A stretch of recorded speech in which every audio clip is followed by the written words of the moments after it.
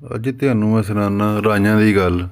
ਇੱਕ ਸੀ ਬਾਦਸ਼ਾਹ, ਉਹਨੇ ਸੋਚਿਆ ਕੋਈ ਜ਼ਮੀਨਾਂ ਜਿਹੜੀਆਂ ਪਈਆਂ ਨੇ ਗੈਰ ਆਬਾਦ, ਇਹਨਾਂ ਨੂੰ ਆਬਾਦ ਕਰੀਏ। ਉਹਨੇ ਆਪਣੇ ਜਿਹੜੇ ਨੇ ਵਜ਼ੀਰ, ਉਹਨਾਂ ਨੂੰ ਆਖਿਆ ਕੋਈ ਸਿਆਣੀ ਜਿਹੀ ਕੌਮ ਲੱਭੋ ਜਿਹੜੀ ਇਹ ਜ਼ਮੀਨਾਂ ਆਬਾਦ ਕਰੇ। ਵਜ਼ੀਰ ਜਿਹੜੇ ਨੇ ਨਾ ਫਿਰ ਫਿਰ ਕੇ ਅਤੇ ਉਹਨਾਂ ਲੈ ਗਏ ਰਾਈਆਂ ਨੂੰ। ਉਹਨੇ ਆਖਿਆ ਬਾਦਸ਼ਾਹ ਸਲਾਮਤ, ਇਹ ਜਿਹੜੇ ਨੇ ਇਹ ਸਿਆਣੀ ਕੌਮ ਹੈ। ਬਾਦਸ਼ਾਹ ਆਂਦਾ ਉਹਨਾਂ ਨੂੰ ਕਿ ਇਹ ਜ਼ਮੀਨਾਂ ਆਬਾਦ ਕਰਨੀਆਂ ਨੇ, ਇਹਦੇ 'ਚ ਫਸਲਾਂ ਲਾਉਣੀਆਂ ਨੇ। ਅਤੇ ਰਾਈ ਆਂਦੇ ਨੇ ਠੀਕ ਹੈ ਬਾਦਸ਼ਾਹ ਸਲਾਮਤ, ਲੇਕਿਨ ਪਹਿਲਾਂ ਫੈਸਲਾ ਕਰ ਲਈਏ, ਪਹਿਲਾਂ ਜਿਹੜੇ ਨਾ ਵੰਡਾਂ ਪਾ ਲਈਏ ਕਿ ਫਸਲ ਜਿਹੜੀ ਤੁਸਾਂ ਕਿਹੜੀ ਲੈਣੀ ਤੇ ਅਸਾਂ ਕਿਹੜੀ ਲੈਣੀ ਹੈ। ਬਾਦਸ਼ਾਹ ਸਲਾਮਤ ਆਂਦਾ ਠੀਕ ਹੈ, ਜਿਹੜਾ ਨਾ ਉਹ ਕਰ ਲੈਂਦੇ ਆ। ਜਿਹੜਾ ਨਾ ਰਾਈ ਉਹ ਆਂਦੇ ਨੇ ਦੱਸੋ ਬਾਦਸ਼ਾਹ ਸਲਾਮਤ ਤੁਸੀਂ ਫਸਲ ਥੱਲਿਓਂ ਲਵੋਗੇ ਜਾਂ ਉੱਤੋਂ ਲਵੋਗੇ।